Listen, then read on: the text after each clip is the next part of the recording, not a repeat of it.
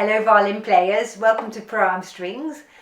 I'm Henriette and this is the E-flat major scale from the grade 3 scale book. This is a play along video and it helps you learn the scale from scratch, and I'm hoping that by the end of this video you know the scale off by heart and you can perform it as well as you would do in your grade exam. So let's get straight in and good luck with your learning.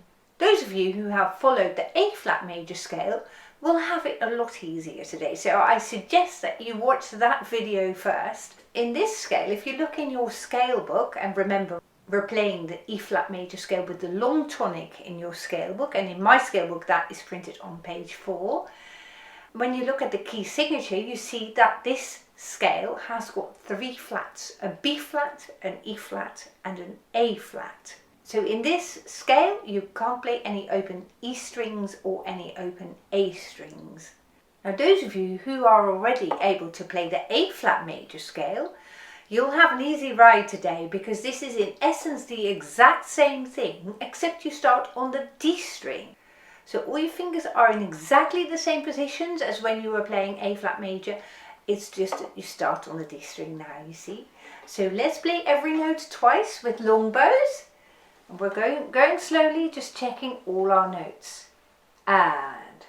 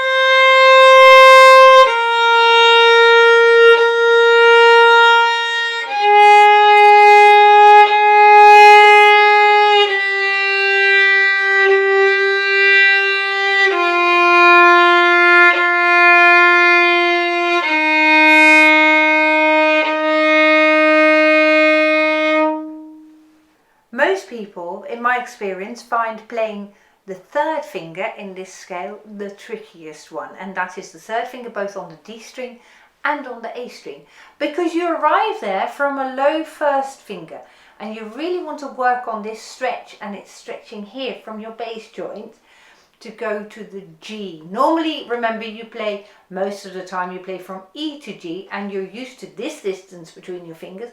However, in this scale you pull your first finger back, so there is an extra semitone to cover. So can I suggest that we're practicing 1-3, 1-3 first on the D string. Here we go. Can you feel the stretch right here? Do it again for me. And again. Now to test if your third finger is perfectly in tune, we can check it with the open G string now.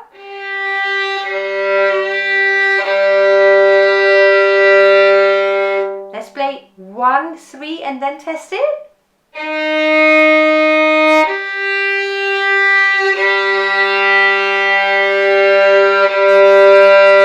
Have a think now. Did you make your third finger a little bit sharper? If that is the case, let's practice it again.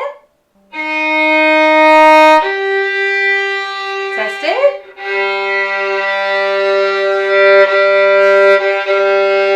Awesome. The exact same thing happens on the A string as well, so let's practice it there too and then test it with the D string. First finger.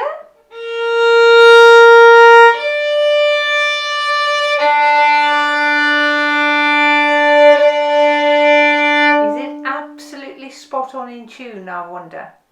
Let's practice it again.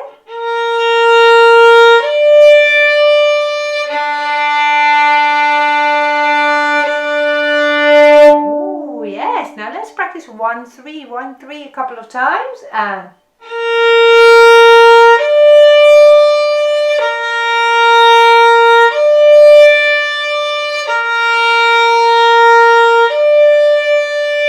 I want you to listen out now to see if that D, that third finger on the A string, is a sort of very shiny version of this D. That sounds a bit weird, but what happens when you play this third finger on the A string is that your D string will start to vibrate along, and that gives a sort of really good quality to the sound of this third finger on the A string. So that's what you want to look out for. If it sounds a little bit dull, and I'm hoping you can hear this on video, I'll play the dull version. It's just a little bit flat and it doesn't have that shine. Now compare this with this. It's a bit of an experiment. I don't know if you can hear it. You will certainly be able to hear it for yourself in your own house where you're practicing. So listen out for that, what I call a shiny sound. It's got a real ring to it. Now let's play the whole scale again. Every note twice with long bows. And...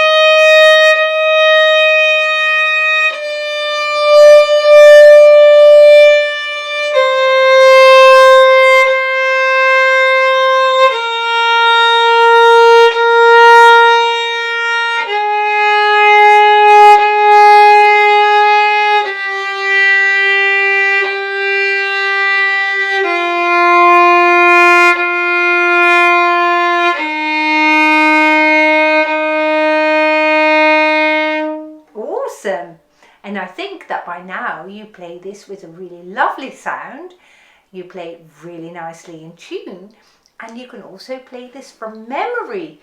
Isn't that fantastic progress? Really well done. So now it's time to come away from playing the double notes, and we're going to play this scale as it's printed in your book. I want you to now focus on playing a long bow on the crotchet or the quarter note, and then play half a bow on each of the quavers or eighth notes, and you'll find that you're alternating playing at the upper half and at the lower half of the bow, so we get a really nicely well structured bowing technique. 1, 2 and 3 and 4 and...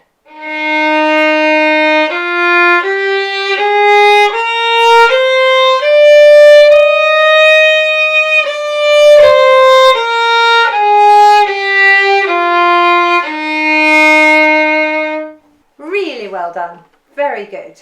Now on our next playing, let's aim to play it from memory, shall we? Here we go. 1, 2 and 3 and 4 and...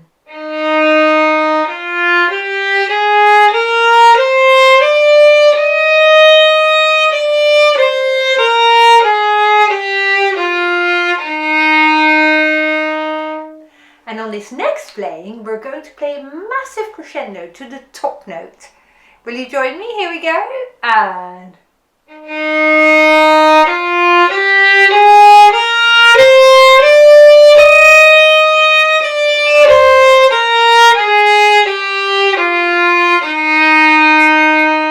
Awesome. And perhaps you can make this style of playing your default playing style, so that you always play with a full sound, with a loud sound, and really with a smooth line to top notes. And that is a general aspect in violin playing that will go for any piece that you play. Whenever you see the line of notes go up, play a crescendo, so getting louder. Whenever you see a line of notes fall, so go lower, either stay the same or play a slight diminuendo, and that will really enhance your playing and you will forever improve your sound quality. Let's do it one more time, separate bows, before we move on to the slurred version. And...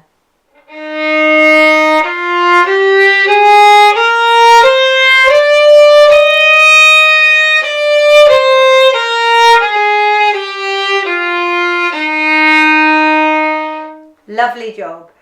Now when you play a slurred scale, every single note or every 2 notes slurred, we'll get the whole bow. So I want you to use lots of bow and swing your bow arm so that your notes really begin to flow and are becoming very, very smooth. 1, 2 and 3 and 4 and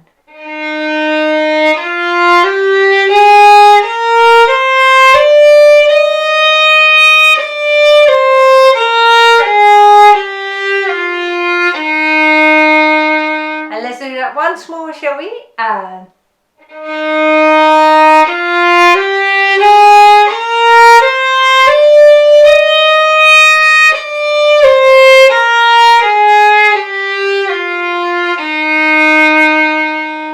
now you've noticed that when you come down this scale, you've got a string crossing here. So we're here.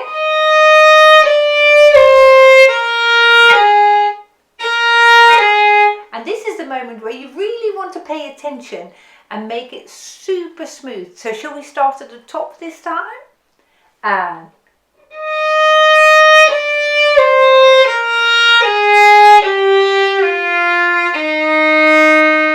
how can I make it smooth, I hear you ask. And you can make it smooth by just gently nudging your right elbow up a little bit so that it nudges the bow, it tilts the bow towards the left hand side, towards the D string. So let's practice that again. And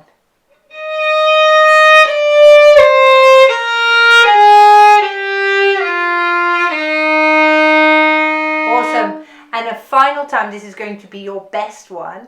Let's play it all the way up to the top and down. 1, 2 and 3 and 4 and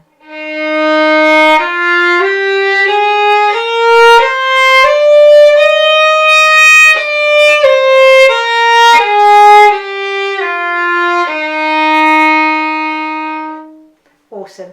Now while you've learned the E flat major scale, I'm wondering if you have remembered the A flat major arpeggio.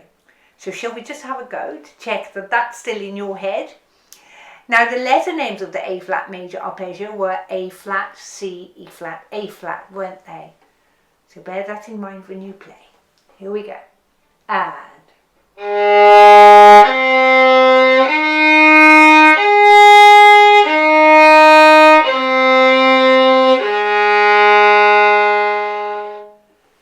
can you also play the A flat major scale slurred? Let's give that a go as well, shall we? 1, 2 and 3 and 4 and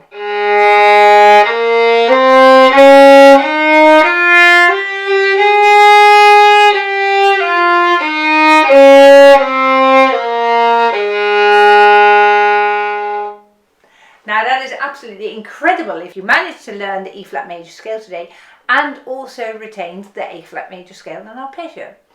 It's not the end of the world. If you didn't quite make it today, please don't get upset or worried about it. Today may just not be your day, and that's okay. So that is quite human. So occasionally you have a day which is very good and occasionally you have a day which is not as well as you'd hope for. If you find that you've totally forgotten the A flat major scale and arpeggio, can I suggest you watch those videos back again before you move on to the next one? If you have though, congratulations, really good work, and I look forward to seeing you very soon. Bye bye.